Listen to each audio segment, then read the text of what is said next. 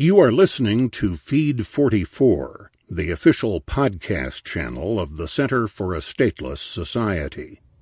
C4SS is an anarchist think tank and media center.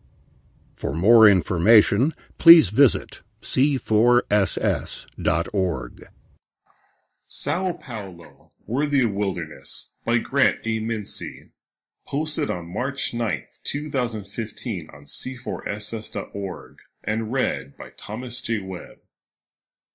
Sao Paulo is one of the great cities of the world. Located in southeastern Brazil, this sprawling metropolis is the most populous city in the country, second in all of the Americas. The state of Sao Paulo is the wealthiest in Brazil and uses its power to influence the nation's trade, commerce, finance, and foreign relations. With all of its wealth and power, however, the city is decaying. A prolonged drought, or hydrant collapse according to the officials, and dengue fever are paralyzing the city. Dengue is often a problem in Brazil, especially during the southeast's rainy months of January and February. The virus is transported from host to host via mosquitoes. Though usually a product of natural phenomena, this year's outbreak is a result of state decree. To combat the drought, utilities are reducing water supply to forest conservation. This denies water to millions of people, often for days at a time. As a consequence, the people of Sao Paulo, powerless to fight this action, hoard water in buckets and other containers, perfect breeding grounds for mosquitoes. Drought seems odd considering the city's surrounding ecology. Sao Paulo lies in the natural boundaries of the Brazilian highlands.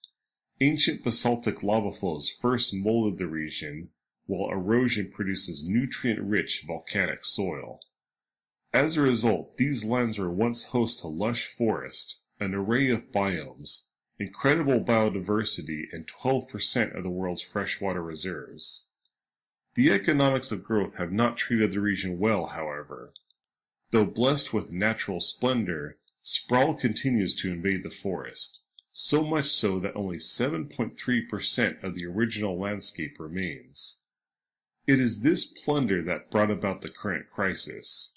Healthy forests hold rainwater during dry periods and produce humidity that fuels precipitation.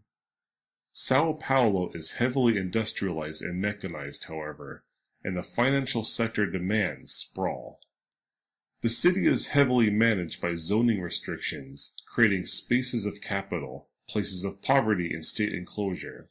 Social classes are integrated spatially, but infrastructure such as walls and security technologies isolate the wealthy and enforce social stratification.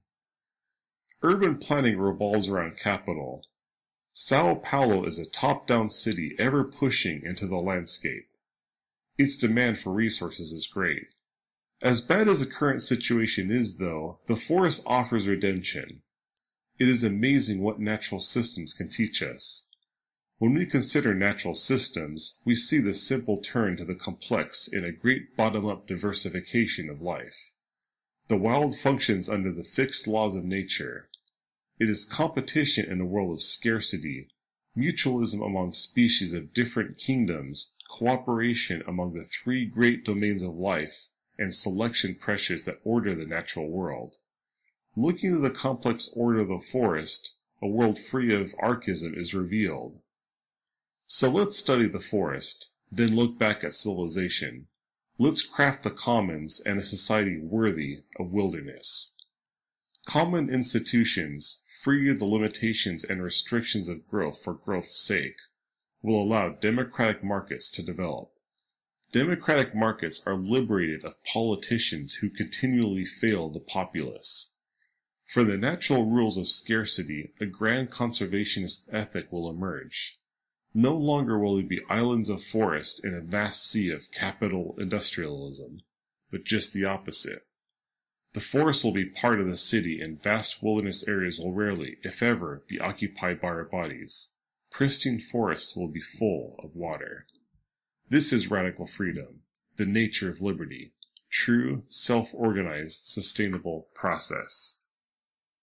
You've been listening to Feed 44, the official podcast channel of the Center for a Stateless Society. C4SS is an anarchist think tank and media center. For more information, please visit c4ss.org.